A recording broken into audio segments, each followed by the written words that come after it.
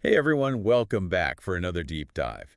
And today we're diving deep into a critical but often overlooked component of MySQL, the binary log. Yeah, it's one of those things that you might not think about too much until you have a problem. Exactly. It's like the unsung hero of data integrity and recovery. For this deep dive, we're looking at this podcast episode all about preventing something called binary log sequence number exhaustion. Sounds a little intimidating. It does, right.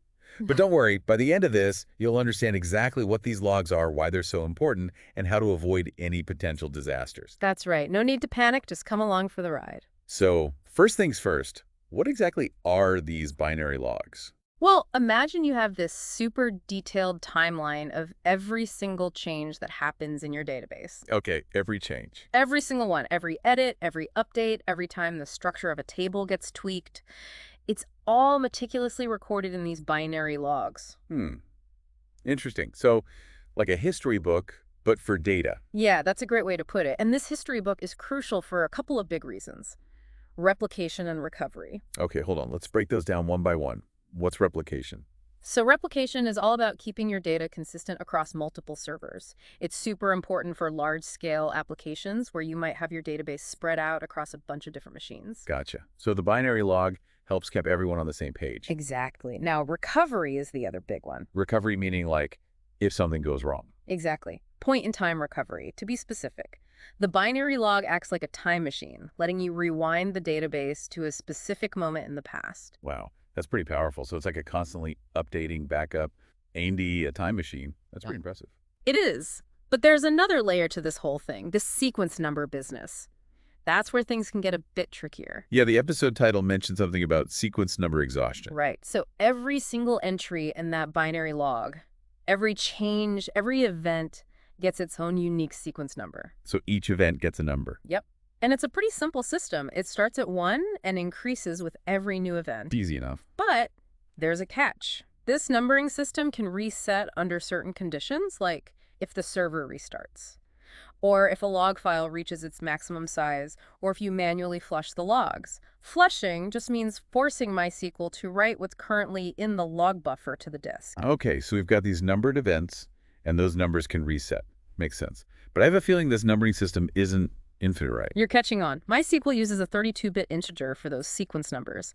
That means the absolute maximum value is 2,147,483,647. Wow, that's a big number. Roughly 2 billion, right? You got it. Okay, 2 billion events. That seems like plenty, though, right?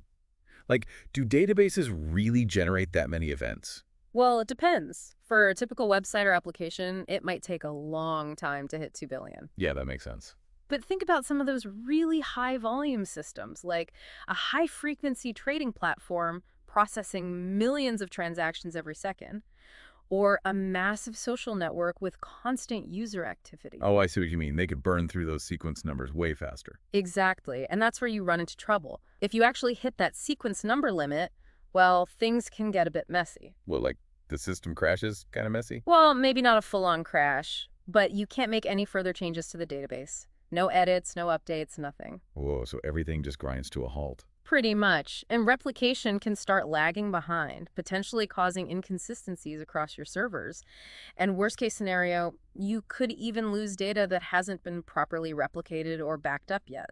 Okay, yeah, that definitely sounds like a disaster waiting to happen. Yeah. But I'm guessing there are ways to prevent this, right? Absolutely. Don't worry, we're not just going to leave you hanging with this impending doom scenario. So how do we stop this sequence number apocalypse? One common technique is renaming your binary log files. Renaming them. Yeah, it basically resets the sequence number back to 1.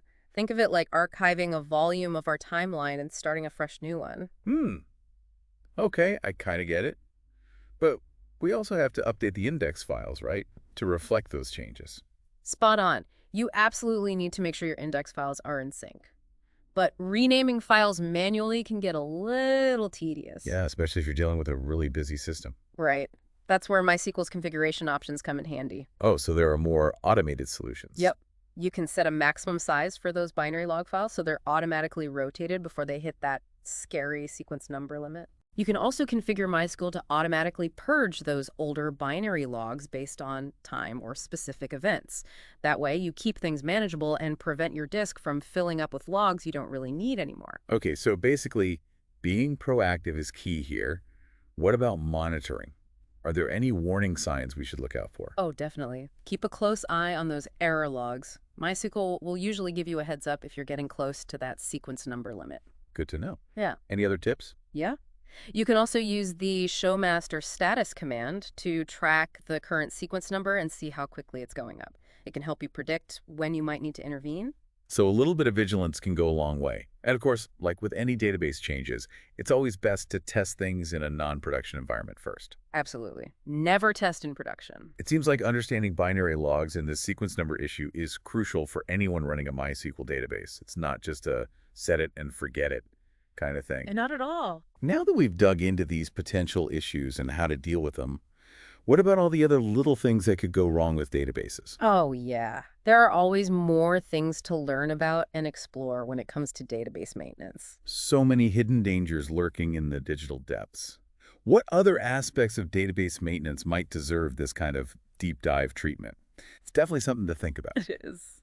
Always good to be prepared and stay ahead of the curve. Remember, knowledge is power, especially when it comes to keeping your data safe and your systems humming along smoothly. Until next time. See you then.